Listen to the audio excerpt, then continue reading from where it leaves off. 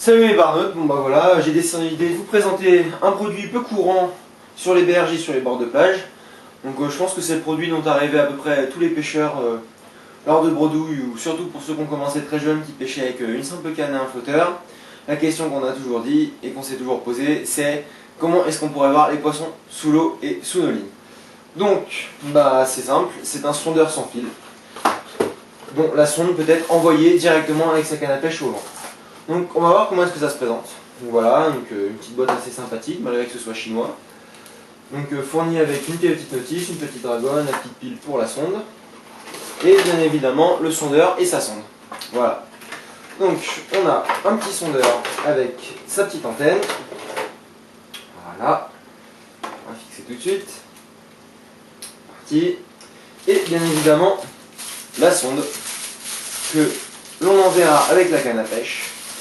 Donc bien évidemment c'est un sondeur qui, on va dire, pourrait être multi-usage, vu qu'il peut s'avérer très pratique aussi bien en kayak, pour ceux qui font la pêche sur les petits kayaks, ou les grands kayaks, vous vexez pas, ou bien pour ceux qui pratiquent le rock fishing, par exemple au bord d'un ponton, pour savoir quelle profondeur on a sous le ponton, les poissons qui seraient à peu près détectés pour savoir à quel endroit pêcher, et bien évidemment pour tout ce qui est pêche au lancer, pour avoir une petite idée du fond, des zones de pêche, des éventuels encombrements et bien évidemment de la présence de poissons. Voilà, donc on va commencer par cette sonde. Alors la sonde, elle a un petit capuchon au-dessus qui sert tout simplement à mettre la pile. C'est un capuchon étanche. Donc c'est une sonde qui est flottante et non coulante. Et ensuite, donc ça se présente comme un petit bateau ou un petit sous-marin. Chacun y voit ce qu'il veut. Il y a deux points d'accroche. Donc le point d'accroche à l'arrière, ça va être le point d'accroche pour le lancer. Donc on va accrocher directement à la canne pour pouvoir faire le lancer de la sonde et la ramener tout doucement et avoir une idée du fond. Et le point d'accroche du milieu, si on s'en réfère à la notice, ce serait un point d'accroche pour se servir directement de la sonde comme un flotteur et bien évidemment accrocher un bas de ligne avec un hameçon, quelques plombs et ses asticots, ou encore un petit leurre de type rock fishing, tout simplement les petits leurres Ilex qui s'avèrent vachement pratiques. Voilà. Donc cette sonde, en fait, elle n'a pas d'interrupteur, comme on peut le voir. Elle a juste deux petites électrodes et au contact de l'eau, il y a un courant qui se crée. La sonde, elle sait qu'elle est dans l'eau et elle se met immédiatement à émettre vers le récepteur, qui est donc le sondeur sans fil. Voilà. Alors maintenant, on va s'intéresser au sondeur sans fil. Hop, changer un peu de position. Voilà. Alors, enlever la petite protection d'écran. Comment est-ce que ça se présente? On va l'allumer. Voilà, si on pouvait éviter d'avoir le reflet, mais tant pis, on va faire avec. Donc, là, il n'y a rien d'allumé, normal. La sonde n'est pas dans l'eau. On va juste s'intéresser au petit menu. Il y a un premier menu light. Bon, je vais abréger parce qu'on voit strictement rien. Donc, on a un menu light pour activer ou désactiver les rétroéclairages pour économiser les batteries sans qu'on pêche de jour ou de nuit. Voilà. On a le menu sensibilité pour régler la sensibilité selon la zone de pêche. Le défranche pour régler la profondeur affichée à l'écran. Le zoom, donc un zoom automatique sur les zones où il y a des poissons ou selon la profondeur. Ensuite, l'alarme de profondeur, dans la mesure où elle se règle qu'à partir de 5 mètres, je vois pas qu'est-ce que ça peut apporter. En général, quand on part en bateau avec ce type de sondeur, c'est certainement en kayak et ça nous intéresse pas de savoir qui a moins de 5 mètres de fond. Ensuite, on a donc l'alarme de détection de poissons, réglable sur petit ou gros poisson, ou les deux. Je pense que ça doit être bien casse-tête, un bip constant quand il y a pas mal de poissons, donc on va désactiver. Le fish icône pour les débutants, on peut l'activer ou le désactiver. Pour les plus experts qui pourront se référencer à la densité des tâches, savoir quels poissons sont là, ils pourront le désactiver. Pour le moment, on va le laisser activer. La charte speed, la vitesse de balayage. L'unité de profondeur en mètres ou en pieds selon qu'on soit anglais européen. De même pour la température en degrés Celsius ou Fahrenheit. Là. Et on revient au menu lumière. Voilà.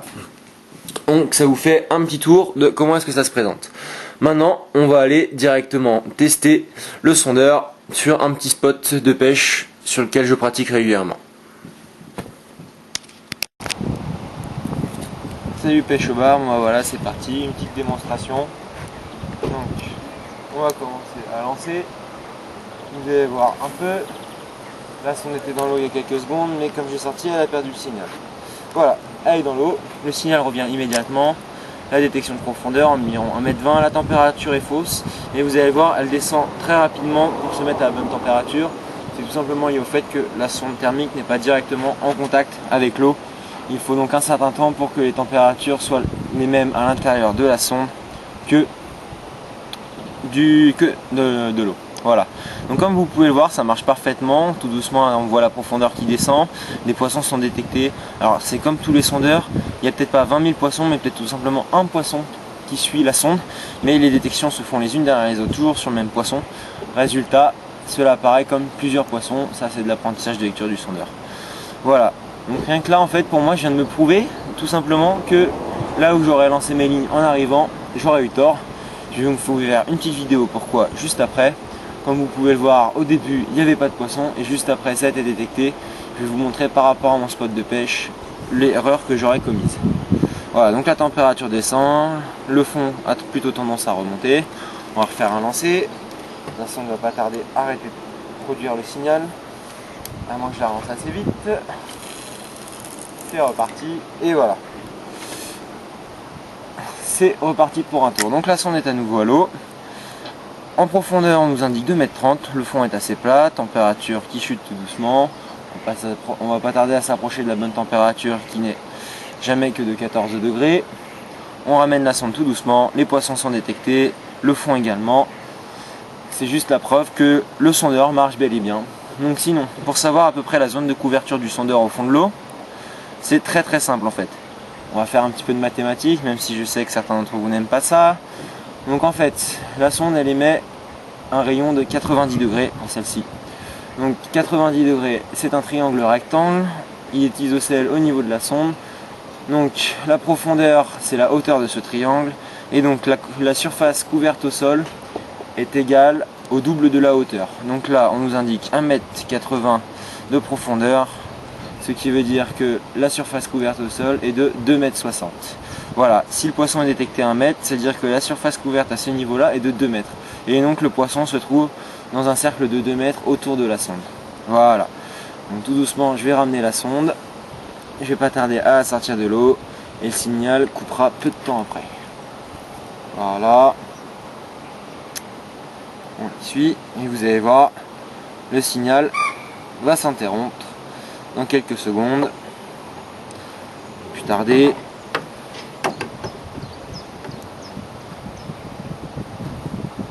Et voilà, comme vous pouvez le voir, il n'y a plus rien qui change, tout simplement car la sonde a arrêté d'émettre.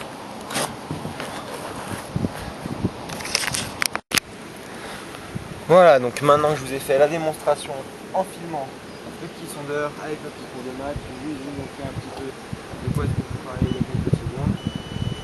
Donc le sondeur bip tout simplement car il n'y a plus de signal. J'attends donc que la sonde retourne à l'eau. Ça ne va pas tarder. Hop, ça part. Un petit lancer court, vous allez comprendre pourquoi.